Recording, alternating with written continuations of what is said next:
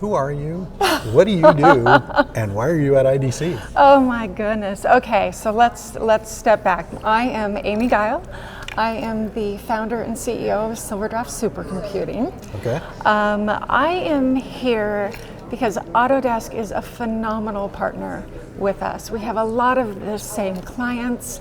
Our goals together with regards to collaboration to meet the needs of clients really, when they said, oh, can you come down here and meet some people and kind of see what this is all about? I was like, of course, absolutely. So that is why I am here today. Excellent, welcome. Yeah, and thank you for supporting IDSA. Absolutely. Earlier, we were talking with Casey about connections and the partnerships that Autodesk brings in to help fill in the gaps. Uh-huh. Where does that apply to you? Well, we're one of those partners that fills in the gaps. We look at when we design the compute for the workflow, Okay. and I say workflow very deliberately instead of workload, right? So that we are designing for what the artists are doing, the applications that they're creating, and the specific tasks around that. And Autodesk's applications really help the creatives visualize, give them the freedom of what it is that they're wanting to do, and opens up the imagination. But with that, there's other critical pieces that come into play, hence those other partners. We actually build and design the compute to meet those needs. Rather than looking at technology as components and pieces and the GPU and the RAM that goes into these systems, which are very, very important, we actually focus on the specific applications and then all the ancillary pieces of hardware that also need to connect together to give them the tools to open up that freedom. And so we're one of those partners with Autodesk to help give the designers and the artists the freedom to do what the amazing things that they do. Awesome. Can you walk us through a little bit of what the workflows you're talking about, how that actually connects the dots?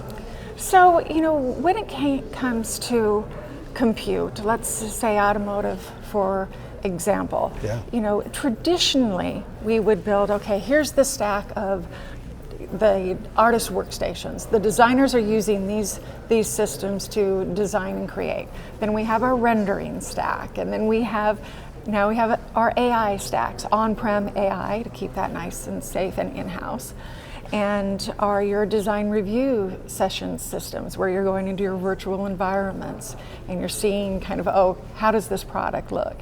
Now we're really looking at, how can we build flexible architecture that encompasses all of that? Because idle compute or idle GPUs are not sustainable, right? They're sitting there when they could be in use. So now we're looking at architecture where we're saying, this is the workflow of the design studio.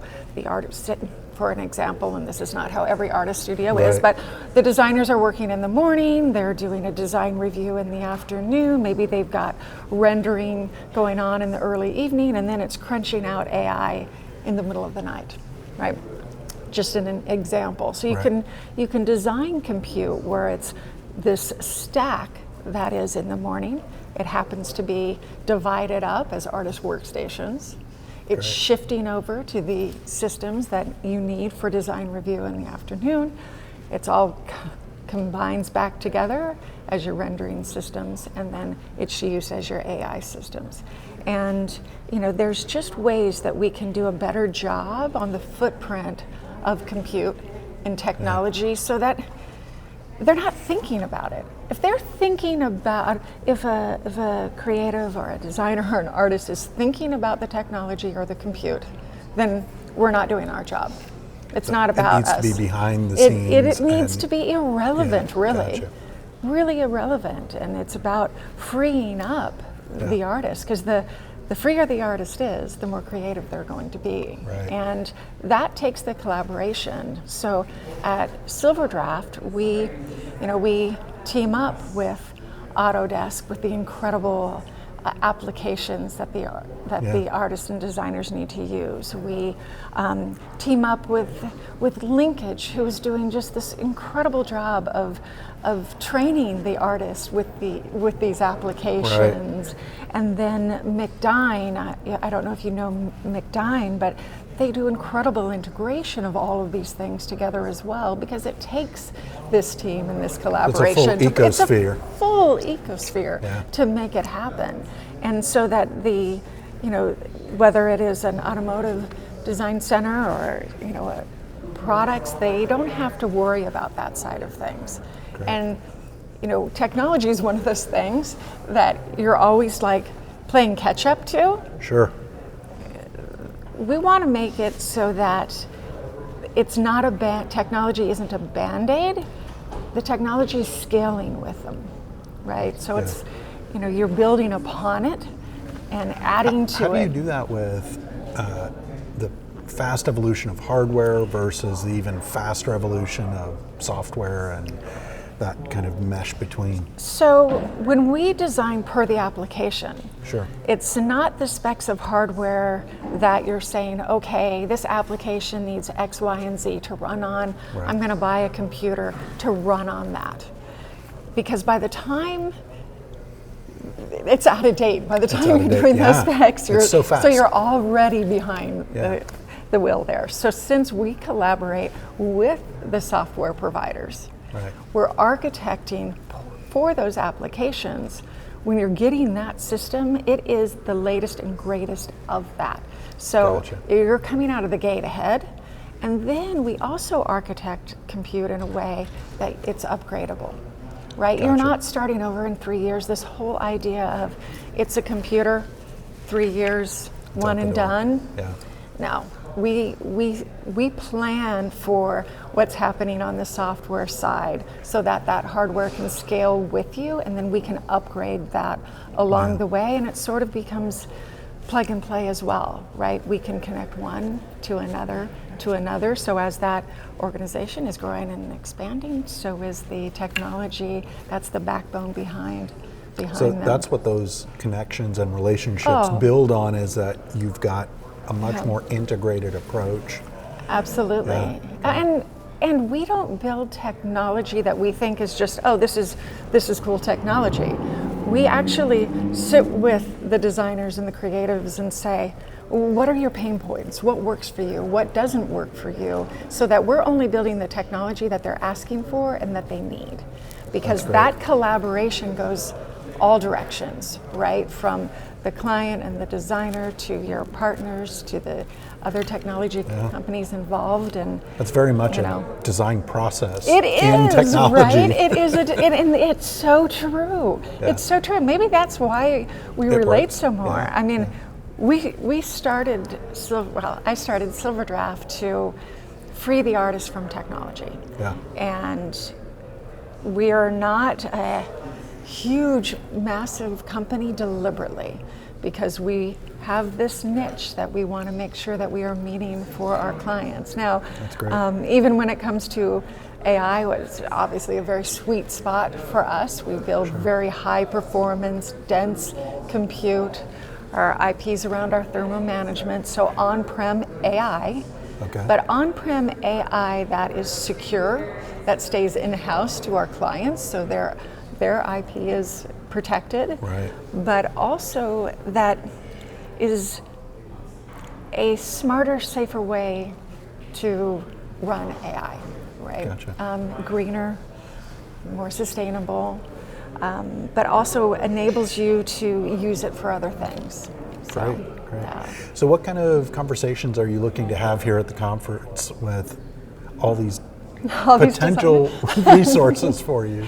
Well, I just want to hear their thoughts, hear their needs, so that we can better build our products and meet their needs. As the CEO of Silverdraft, I think it's really important for me to make sure I'm always listening and hearing what they need, what they want, what their challenges are, and what excites them. I can imagine when it comes to AI, there's mixed fears and thoughts around that, and really helping them understand that it's another tool. Yeah. And tools are tools, but tools used correctly can become freedoms to their creativity. Right. And so there needs to be a nice balance there. But I'm here to listen, absorb, take everything in, and Right. see if there's ways that we can help and support, because I also think there's this mix of the professional and the student. And that bridge Yeah. between the two is so important. I mean, Autodesk has always done a really good job Yeah. at that. And so how we can, get those two communicating and working together, and then our mindset of how we're listening on both sides of it, so that we continue to evolve as a company to meet those needs. It's funny, I've been having a lot of Yeah. these conversations around not just AI, but the pace of this technology compared to when CAD came out. It was a slow evolution of Oh my 2D goodness. drawing, and Ew. it didn't sneak up on us. Mm-hmm. It moved faster, but it was not overnight. And now the pace of AI, the students, the educators, and the profession are all learning at the same time. The same time. And how quickly you adapt this into, what you're teaching the students, into your business, into your environment it's and the clients, quickly. what they expect or what they know or don't know. Yeah. So that it's constantly changing, and I think that is part of the fear. Mm-hmm. Whereas we saw, computer-aided graphics come in. Yeah. We saw, Photoshop, Illustrator, all of that evolved at a pace we understood. Yeah. This is very new for us, and when handled properly, it's a great tool. It's a very powerful tool. And that's one of the things that's really important to us and McDine is we hold the client's hand.